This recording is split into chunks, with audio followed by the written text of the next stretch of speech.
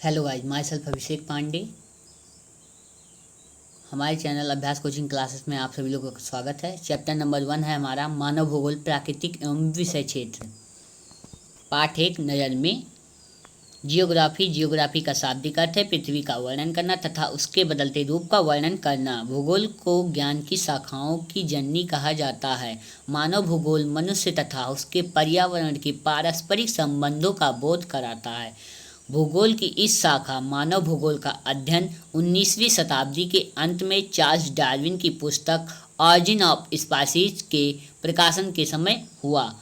लोगों के इस विषय में जिज्ञासा भी बढ़ी। रैटजेल, जिन्हें आधुनिक मानव भूगोल का जनक भी कहा जाता है, इन्होंने में लिखा है कि मानव को जीवित रहने अपनी पुस्तक एंथ्रोप जियोग्राफीज के लिए वातावरण से सहयोग प्राप्त करना अनिवार्य है। मनुष्य अपनी प्रारंभिक अवस्था में प्रकृति के अनुसार ही जीवन जीता था। प्रकृति के अनुसार अपने को ढालने की कोशिश को ही पर्यावरण निश्चयवाद कहा गया।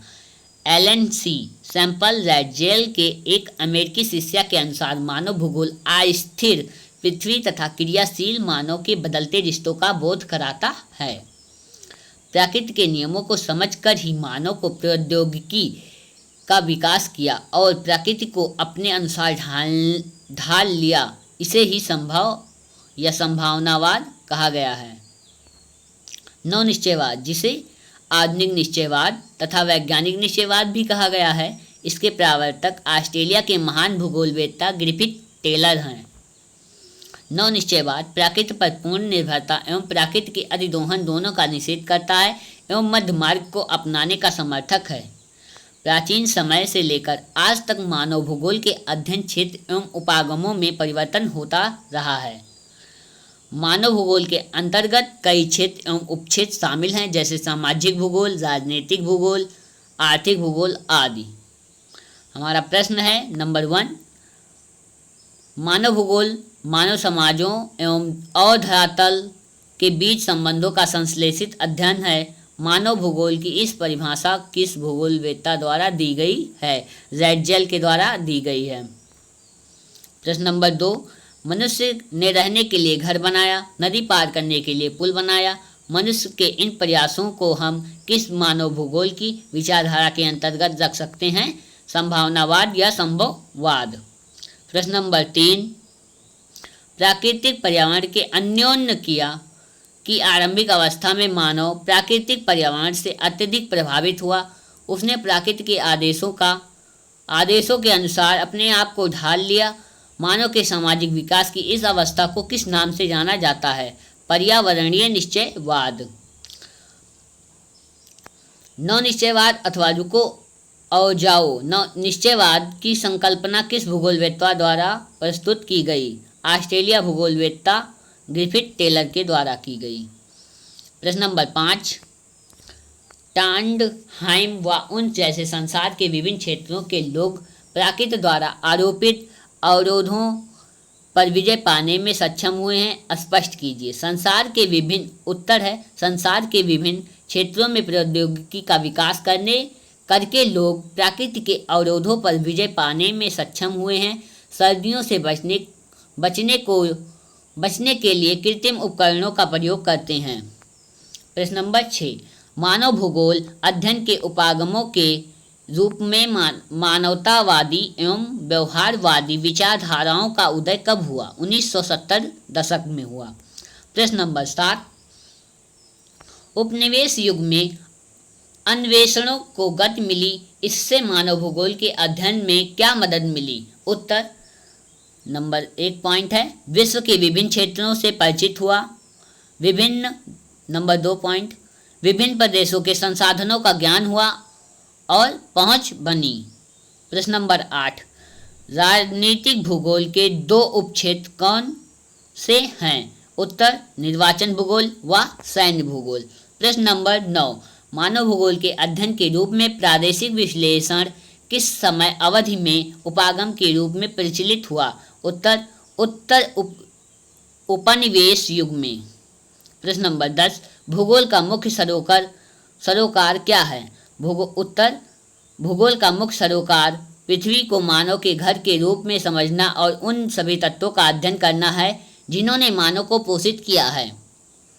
प्रश्न नंबर 11, भूगोल को वैधैतवाद बौद्धिक अध्ययन का महत्वपूर्ण विषय रहा है, परंतु अंततः प्रकृति एवं मानव के बीच वैधता नहीं है। क्यों? कारण स्पष्ट कीजिए। उत्तर, क्योंकि प्रकृति और मानव अविभाज्य तत्व है, इन्हें समग्रता में ही देखना उचित है। प्रश्न नंबर 12, मानव भूगोल की परिभाषा दीजिए एवं इसके प्रमुख अध्ययन क्षेत्र बताएं। उत्तर है, भौगोलिक वातावरण तथा मानवीय क्रियाओं के अंतर संबंधों तथा विभिन्नताओं का अध्ययन ही मानव भूगोल है। रैज्यल के अनुसार मानव भूगोल मानव समाजों तथा धरातल के बीच संबंधों का संश्लेषित अध्ययन है। मानव भूगोल के प्रमुख क्षेत्र निम्नलिखित हैं। का सांस्कृतिक भूगोल, खा सामाजिक भूगोल, गा नगरीय भूगोल, घा जनसंख्या भूगोल, अंगा राजनीतिक भूगोल, चा आवास भूगोल, छा आर्थिक भूगोल। प्रश्न नंबर 13, भौतिक भूगोल और मानव भूगोल के तत्वों के मध्य परस्पर अन्योन्य क्रिया होती है, इस कथन को उपयुक्त उदाहरणों सहित स्पष्ट कीजिए। उत्तर है, भौतिक भूगोल और मानव भूगोल के तत्वों के मध्य परस्पर अन्योन्य क्रिया होती है। भौतिक भूगोल के विभिन्न लक्षण जैसे भूमि की बनावट, जलवायु, मिट्टी, पदार्थ, जल तथा वनस्पति मनुष्य के रहन सहन तथा आर्थिक सामाजिक क्रियाओं पर प्रभाव डालते हैं। प्रकृति मनुष्य के कार्य एवं जीवन को निश्चित करती है। मानव जीवन को निश्चित करती है। मानव जीवन प्राकृतिक साधनों पर ही आधारित है। उन्हीं प्राकृतिक साधनों द्वारा मानव के रोजगार, फसल चक्र, परिवहन के साधन आदि सभी प्रभावित होते हैं। प्रकृति मानव विकास के भरपूर अवसर प्रदान करती है और मानव इन अवसरों का उपयोग विकास के लिए करता है। प्रश्न नंबर 14, प्रकृति और मनुष्य आपस में इतनी जटिलता से जुड़े हुए हैं कि उन्हें प्रकृति और एक दूसरे से अलग नहीं किया जा सकता है। कथन के प्रमाणित कीजिए। उत्तर, प्रकृति और मनुष्य आपस में जटिलता से जुड़े हैं। नंबर 1, प्रकृति और मानव को एक दूसरे से अलग नहीं किया जा सकता। नंबर 2, आपसी अन्योन्य क्रिया द्वारा मनुष्य के प्राकृतिक पर्यावरण में सामाजिक और सांस्कृतिक पर्यावरण की रचना की है। नंबर 3, भौतिक और मानवीय परिघटनाओं का वर्णन प्राय रूपकों के रूप में किया जाता है, जैसे पृथ्वी के रूप, तूफान की आखन, नदी का मुख आदि। प्रश्न नंबर 15, मनुष्य भूगोल के अध्ययन की विषय वस्तु क्या है? किन्हीं 3 तथ्यों की व्याख्या कीजिए। मानव भूगोल के अध्ययन की विषय वस्तु के 3 महत्वपूर्ण तथ्य निम्न हैं। मानव भूगोल के अध्ययन के विषय वस्तु के 3 महत्वपूर्ण तथ्य निम्न हैं। नंबर 1, भौतिक पर्यावरण व मानव जगत के बीच अन्योन्य क्रिया द्वारा निर्मित सांस्कृतिक वातावरण का अध्ययन। नंबर 2, पृथ्वी को मानव के घर के रूप में समझना और उन सभी तत्वों का अध्ययन करना जिन्होंने मानव को पोषित किया है। प्रश्न नंबर 3, धरातल पर रहने वाले समस्त मानवीय जगत एवं उसकी क्षमता का अध्ययन करना। प्रश्न नंबर 16, प्राकृतिक पर्यावरण से अन्योन्य क्रिया की आरंभिक अवस्था में मानव इससे अत्यधिक प्रभावित हुआ है। इस कथन की 3 बिंदुओं में व्याख्या कीजिए। उत्तर पॉइंट है हमारा 1, प्राकृतिक पर्यावरण से अन्योन्य क्रिया की आरंभिक अवस्था में मानव की प्रौद्योगिक ज्ञान का स्तर अत्यंत निम्न था। उस समय सामाजिक विकास की अवस्था भी आदिम थी। नंबर 2, इस अवस्था में मानव प्रकृति की सुनता था, उसकी प्रचंडता से भयभीत होता था। मानव प्रकृति की पूजा करता था। नंबर 3, इस अवस्था में मानव ने अपने आप को प्रकृति के द्वारा दी गई सुविधाओं के अनुसार ढाल लिया था। इस सामंजस्य को पर्यावरण निश्चयवाद कहा गया है। प्रश्न नंबर 17, प्रकृति अवसर प्रदान करती है और मानव उसका उपयोग करता है। इस प्रकार धीरे धीरे प्रकृति का मानवीकरण हो जाता है। मानव भूगोल की इस विचारधारा को किस नाम से जाना जाता है? इसके 2 प्रमुख विशेषताएं बताएं। उत्तर पॉइंट है 1, मानव भूगोल की इस विचारधारा को संभववाद नाम से जाना जाता है। 2 पॉइंट, समय के साथ मानव बेहतर तकनीक विकसित कर लेता है और पर्यावरण से प्राप्त संसाधनों के द्वारा संभावनाओं को जन्म देता है। 3, इस अवस्था में मानवीय क्रियाएं सांस्कृतिक भूपृष्ठ का निर्माण करती है और मानवीय क्रियाओं की छाप चारों ओर नजर आती है। प्रश्न नंबर 18, नव निश्चयवाद संकल्पनात्मक ढंग से एक संतुलन बनाने का प्रयास करता है, स्पष्ट कीजिए। उत्तर, पॉइंट है हमारा 1, नव निश्चयवाद की संकल्पना ग्रिफिथ टेलर की गई यह 2 विचारों पर्यावरणीय निश्चयवाद और संभववाद के मध्य के मार्ग को परिलक्षित करती है। 2, यह संकल्पना को दर्शाती है ना तो यह नितांत आवश्यक की स्थिति है और ना ही नितांत स्वतंत्रता की अवस्था है। 3, इस संकल्पना के अनुसार मानव प्रकृति के नियमों का अनुपालन करके ही प्रकृति पर विजय प्राप्त कर सकता है। प्रश्न 19, मानव भूगोल के मानवतावादी विचारधारा से क्या आशय है? उत्तर 1, पॉइंट हमारा 1, मानवतावादी विचारधारा से आशय मानव भूगोल के अध्ययन को मानव के कल्याण एवं सामाजिक चेतना के विभिन्न पक्षों से जोड़ना था। नंबर 2, इसका उदय 1970 के दशक में हुआ। नंबर 3, इसके अंतर्गत आवास, स्वास्थ्य एवं शिक्षा जैसे पक्षों का ध्यान केंद्रित किया गया। नंबर 4, यह मनुष्य की केंद्रीय एवं क्रियाशील भूमिका पर बल देता है। नंबर 5, प्रादेशिक असमताएं, निधनता, अभाव जैसे विषयों के कारण एवं निवारण पर ध्यान आकर्षित करता है। प्रश्न नंबर 20, नव निश्चयवाद की 3 विशेषताएं बताइए। उत्तर, इस विचारधारा के जनक ग्रिफिथ टेलर महोदय हैं। पॉइंट है 1, यह विचारधारा पर्यावरणीय निश्चयवाद और संभावनावाद के बीच के मार्ग को प्रस्तुत करती है। 2, पर्यावरण को नुकसान किए बगैर समस्याओं को सुलझाने पर बल। 3, पर्यावरणीय निश्चयवाद के अनुसार मनुष्य ना तो प्रकृति पर पूरी तरह निर्भर होकर रह सकता है और ना ही प्रकृति से स्वतंत्र रहकर जी सकता है। नंबर 4, प्रकृति पर विजय पाने के लिए प्रकृति के नियमों का पालन करना एवं उसके विनाश से बचाना होगा। 5, प्रकृति दोनों का प्रयोग करते हुए प्रकृति की सीमाओं का ख्याल रखना चाहिए। उदाहरण, औद्योगिकरण करते हुए जंगलों को नष्ट होने से बचाना, खनन करते समय अतिदोहन से बचना।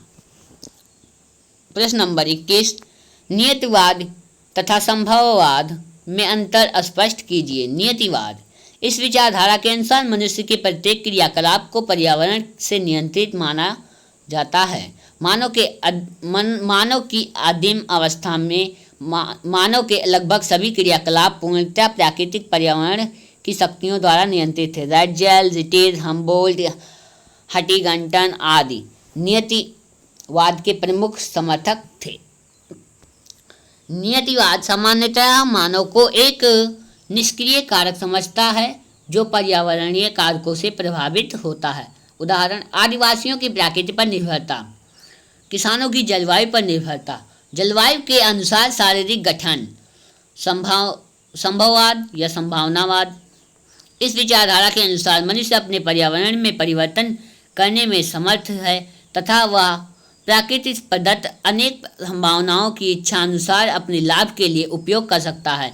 मानव का प्रकृति पर निर्भरता की अवस्था से स्वतंत्रता की अवस्था की ओर प्रस्थान संभव है। विडाल, डी लॉब्लास तथा लसियन फैले इस विचारधारा को मानने वाले प्रमुख थे। संभावनावाद प्रकृति की तुलना में मनुष्य को महत्वपूर्ण स्थान देता है और उसे सक्रिय शक्ति के रूप में देखता है। उदाहरण, नदी पर पुल, खेती, परिवहन। प्रश्न नंबर 22, प्रौद्योगिकी के विकास के लिए प्रकृति का ज्ञान किस प्रकार महत्वपूर्ण है? उपयुक्त उदाहरणों से स्पष्ट करो। किसी भी समाज के सांस्कृतिक विकास के स्तर की सूचक कहती है। मानव प्रकृति के नियमों को समझाकर ही प्रौद्योगिकी का विकास कर सकता है। जैसे घर्षण व ऊष्मा की सोच ने आग की खोज में सहायता की। डीएनए तथा आनुवंशिकी की रहस्यों ने अनेक बीमारियों पर विजय पाने में सहायता की। वायु की गति के नियमों के प्रयोग से अधिक तीव्र गति से चलने वाले वायुयान विकसित किए गए।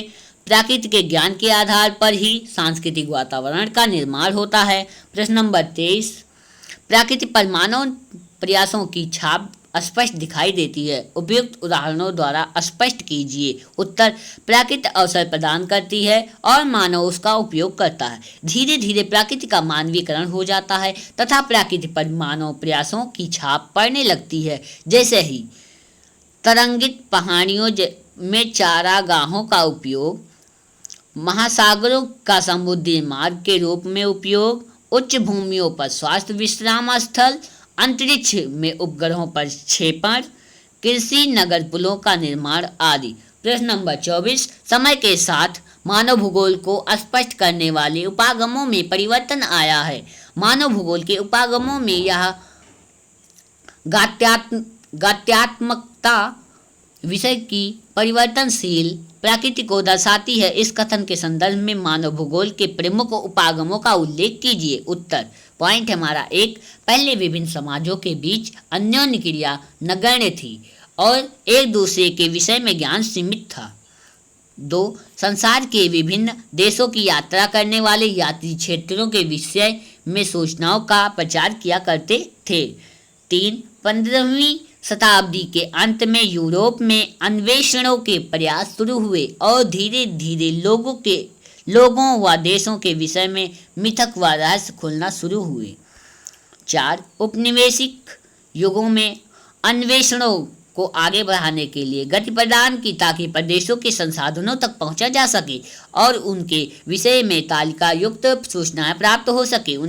5, 1970 के बाद के दशकों में मानव भूगोल में मानवतावादी, आमूलवादी और व्यवहारवादी विचारधाराओं का उदय हुआ। इनके उदय ने मानव भूगोल को सामाजिक राजनीतिक यथार्थ के प्रति अधिक प्रासंगिक बना दिया। प्रश्न नंबर 25, विकसित अर्थव्यवस्थाओं द्वारा चली गई मुक्त चाल व अंधाधुंध रफ्तार का परिणाम हरित ग्रह प्रभाव, ओजोन परत पर हास भूमंडलीय तापन, निम्नकृत भूमि व पीछे हटती हिम नदियां हैं। इन सब के लिए हमें अपनी प्रकृति के साथ संतुलन बनाने की आवश्यकता है। इसके लिए हमें किन किन मानवीय मूल्यों की आवश्यकता होगी। उत्तर, पॉइंट हमारा 1, प्रकृति एवं मानव के बीच सामंजस्य। 2, प्रकृति से प्रेम व संवेदनशीलता। 3, प्रकृति की सीमाओं का सम्मान। 4, प्रकृति के साथ समानुभूति संबंध। प्रश्न नंबर 26, मानव भूगोल का अध्ययन मानव को प्रकृति का मित्र बनाता है। इसके द्वारा आरोपित मानव मूल्यों को स्पष्ट कीजिए। उत्तर, पॉइंट हमारा 1, प्रकृति के प्रति संवेदनशीलता। 2, पर्यावरण प्रेम। 3, सहनशीलता। नंबर 4, सामंजस्य। Thank you guys. अगर आपको हमारा वीडियो पसंद आया हो तो लाइक कीजिए, शेयर कीजिए एंड सब्सक्राइब कीजिए। सब्सक्राइब करने के बाद आप बेल आइकन को दबाना मत भूलिएगा। Okay, thank you. अब मिलते हैं नेक्स्ट वीडियो में। Okay, thank you guys.